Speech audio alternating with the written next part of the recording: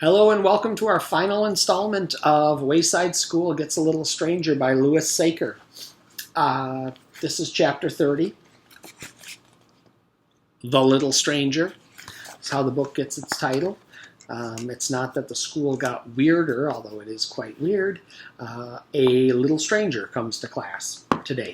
So, without any further ado, chapter 30, The Little Stranger. Wayside School was no fun anymore. "Hey, out of my way, Buster," said Dee Dee as she rushed past Ron on her way to her seat. "Hey, keep your hairy paws to yourself," said Ron. Nobody had any friends. Everybody hated everybody, except Miss Nogard. They all liked her. But then a miracle happened. A new kid came to school. The new kid couldn't talk. She had no teeth. She was almost bald. She was beautiful. Her name was Mavis Jules, and she was only 4 days old. She really was a new kid. Mrs. Jules carried her into the classroom, and when the baby came through the door, all the hate flew out the window. Louis came in behind her, carrying a bassinet, a diaper bag, and an assortment of toys, and a baby bottle. "Mrs. Jules and her baby!" Todd exclaimed. Mrs. Jules set the bassinet on Todd's desk.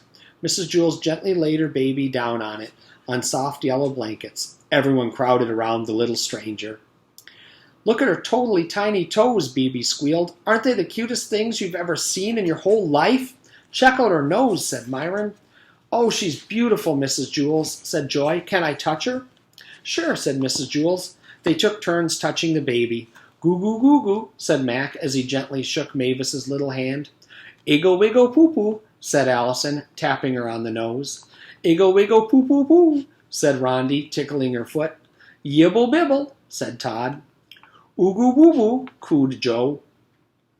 "She's never going to learn to talk around you kids," said Mrs. Jules with a laugh. Dana was so happy she cried. She hugged Mrs. Jules. They all took turns hugging Mrs. Jules. Of course, there was one person who wasn't happy. "May I hold her, Mrs. Jules?" Miss Nogard asked sweetly. Mrs. Jules looked at the substitute teacher. "It's okay," said Allison. "Miss Nogard's a real nice teacher." "Sure, go ahead," said Mrs. Jules. "I'm sorry for interrupting your class like this." "Oh, that's quite all right," said Miss Nogard, picking up Mrs. Jules' baby. "She's just adorable." The window by Sherry's desk was open. That's kind of dangerous, Miss Nogard realized. Someone might accidentally drop something out the window. She slowly moved toward it as she swayed with the baby. "I've heard so much about you, Mrs. Jules," she said. "The children have all missed you." "I've missed them too," said Mrs. Jules. There was a rubber band ball on the floor next to Sherry's desk. Sherry had been making it, although it wasn't nearly as big as the one Mr. Kidswatter had been working on. "If I trip over that rubber band ball, something awful might happen," thought Miss Nogard. She was just about to step on it when suddenly she became very curious about the kind of thoughts babies had. She had never listened to a baby's brain before.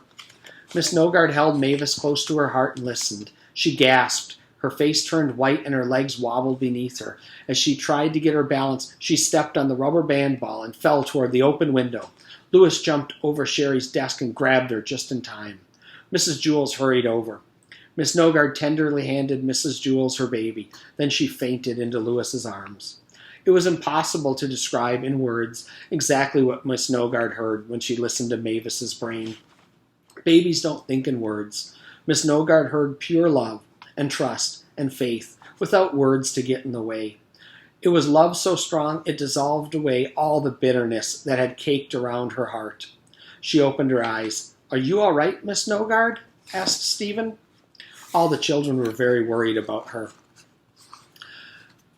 Miss Nogard smiled at Louis, who was still holding her.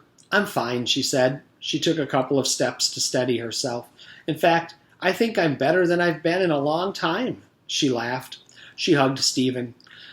"You should feel very proud of your class," she told Mrs. Jules. "They are all bright, well-behaved, and a pleasure to teach." "We are?" asked Mauricia. Miss Nogard fluffed Mauricia's hair. "Yes, you are."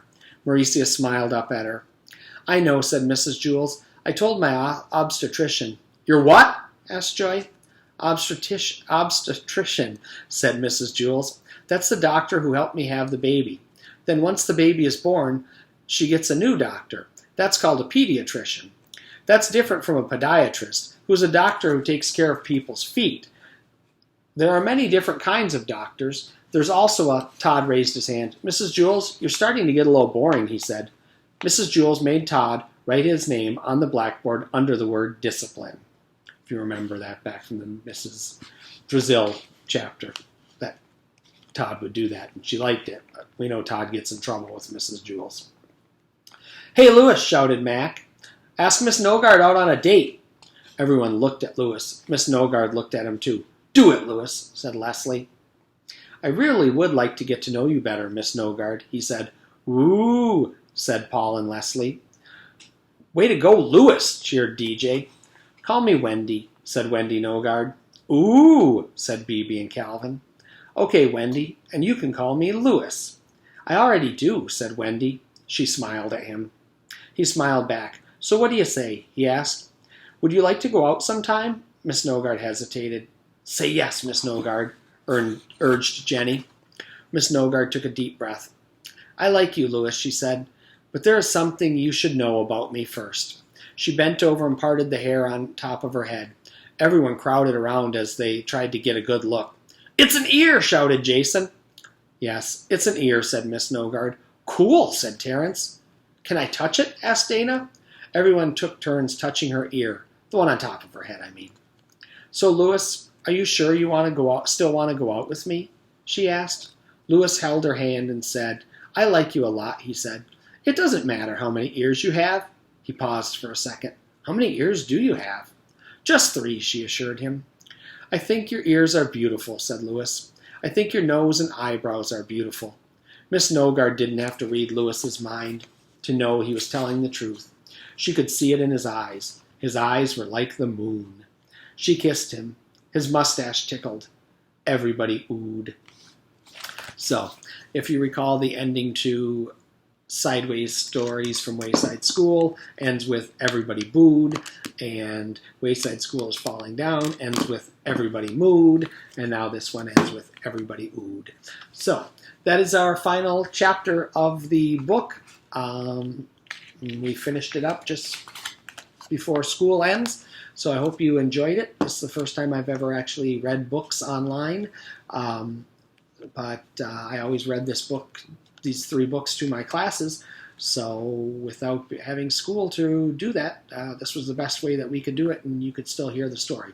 So there is a 4th book, and I will be uploading chapters over the summer, so if you want to, you can either read that book on your own, or you can listen to me read it over the summer. So I hope that you do that, and I hope that you enjoyed the books, and I hope you enjoyed the opportunity to have me read them to you, even though we aren't together in class. So have a great summer, and I'll see you around hopefully soon.